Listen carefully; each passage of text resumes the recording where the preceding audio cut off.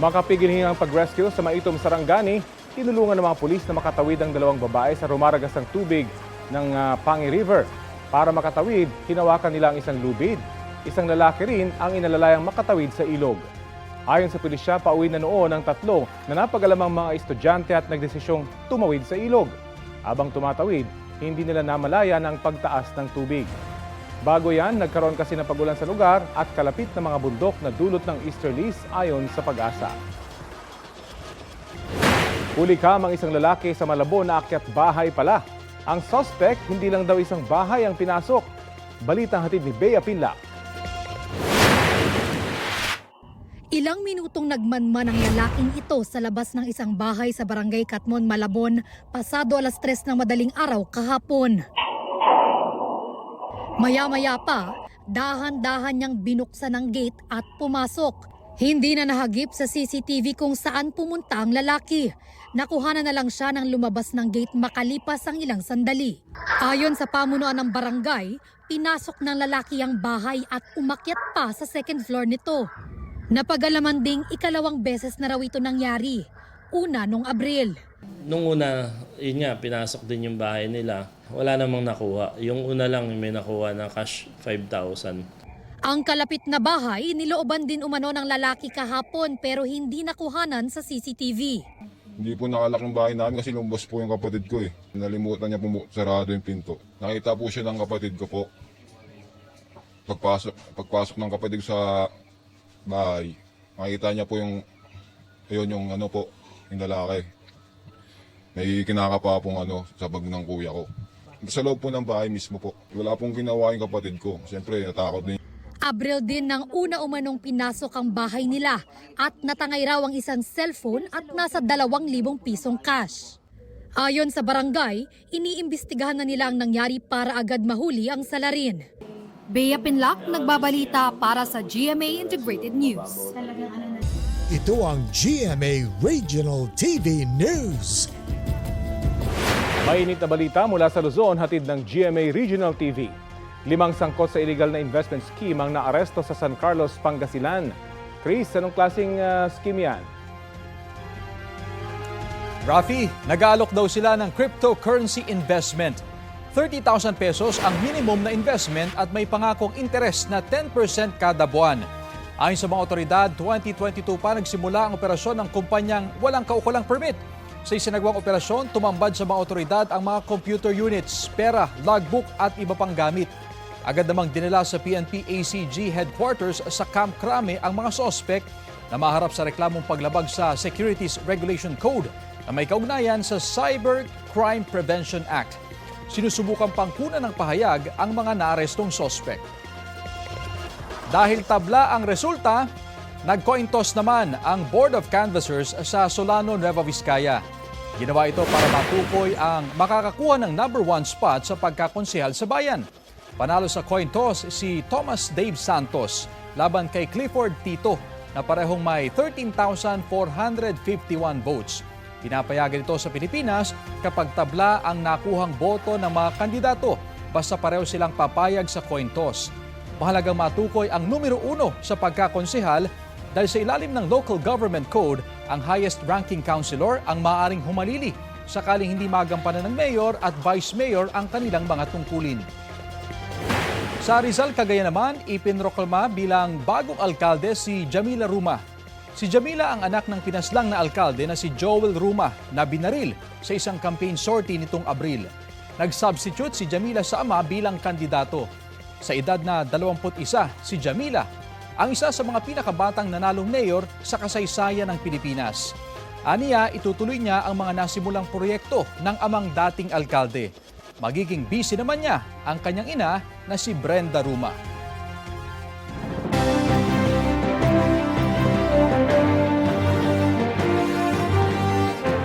Endemic o laganap ang vote buying sa eleksyon 2025 batay sa obserbasyon ng European Union Election Observation Mission. Ayon sa kanilang chief observer na si Marta Timido, nagsimula sila mag-monitor dito sa Pilipinas noong March 28 na simula rin ang campaign period para sa mga lokal na kandidato. Marami raw silang natanggap na report ng pamimigay ng pera, ayuda o goods tulad ng pagkain.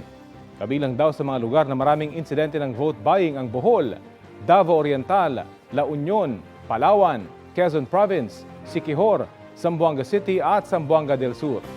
Poverty o matinding kahirapan ang itinuturing nilang ugat sa malawakang pagbili ng boto. Pinuri naman ng EU observers ang mataas na voter turnout sa eleksyon 2025 sa kabila ng matinding init ng panahon sa mga voting center. Ipinapakita raw nito na malaki ang pagpapahalaga ng mga Pinoy sa demokrasya. Ayon sa Parish Pastoral Council for Responsible Voting o PPCRV, nasa 80.27% ang voter turnout nitong eleksyon 2025. Sinisikap pa namin kunin ang pahayag ng COMELEC kaugnay sa mga obserbasyon ng European Union. Bukod sa magkakapatid, tinitingnan din ang iba pang alyansa sa Senado na posibleng makaapekto sa resulta ng impeachment trial ni Vice President Sara Duterte. Ayon sa isang eksperto, posibleng malaking konsiderasyon sa desisyon ng mga senador ang kanilang political survival. Balitang hatid ni Maki Pulido.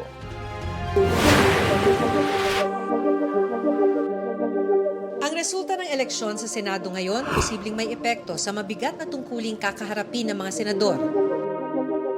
Ang impeachment trial ni Vice President Sara Duterte.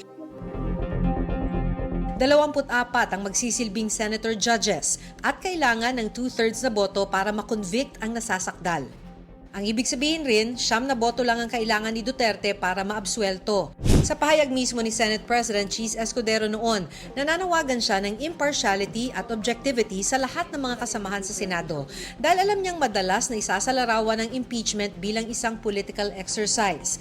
Kung sisilipin ang nabubuong composition ng Senado, anong posibleng maging epekto nito sa paglilitis sa bise? Sabi ni Professor Aris Arugay ng UP Diliman, maituturing ng pro-Duterte ang tinatawag na Duterten na sina re-electionist Senators Bongo at Bato de la Rosa at Congressman Rodante Marcoleta. Ganito na rin ang turing ni Arugay kina Senador Amy Marcos at Representative Camille Villar dahil kapwa inendorso ni Vice President Sara Duterte ilang linggo bago ang eleksyon, pero bahagi rin sila ng alyansa ng administrasyon na ikinampanya ni Pangulong Bongbong Marcos. Daratnan ng 5 yan ang mga incumbent senators na itinuturing na pro-Duterte, sina Senators Robin Padilla at dating running mate ng dating Pangulong Duterte na si Alan Peter Cayetano. 7 na yon. Kung pag-usapan natin ng impeachment, ang magic number kay Sara Duterte ay 9, di ba? For acquittal. Kapatid ni Cayetano ang re-electionist at pasok sa Magic 12 na si Pia Cayetano pero tumakbo siya sa slate ng Pangulo. Gayon din si Camille Villar, kapatid ni Senador Mark. It remains to be seen whether on certain issues hindi sila boboto ng pareho. Historically, they tend to, yung mga magkakapatid, lalo na kung full siblings, ito yung impluensya nung dinastiya sa Senado. Magiging mahalagaan niya sa Administrasyong Marcos na manatiling kakampi nila ang ibang papasok na senador na tumakbo, may iba pa sa labas ng alyansa at Duterten. Kabilang ang iba pang may kapatid na senador o kapatid sa gabinete. Mahirap naman tansyahin ang iba pang tumakbo sa ilalim ng Marcos Duterte Unit Team noong 2022. Nariyan din si Senador J.V. Ejercito. Sabi ni Arugay, sa sistema naman ng politika sa bansa, wala masyadong timbang kahit magkasama sa partido o sa alyansa. Mas kakalkulahin nila kada suporta sa kahit anong inisyatibo, polisiya ng Marcos administration, mas titimbangin nila, what will I gain? At if this is costly para sa akin, kung madedehado ako dito, kakayanin ba ng reputasyon ko? Lalo na bala kong tumakbo ulit sa 2028? Kabilang sa iisipin ng mga senador ang kani-kanilang political survival lalo na't may full media coverage ang impeachment trial.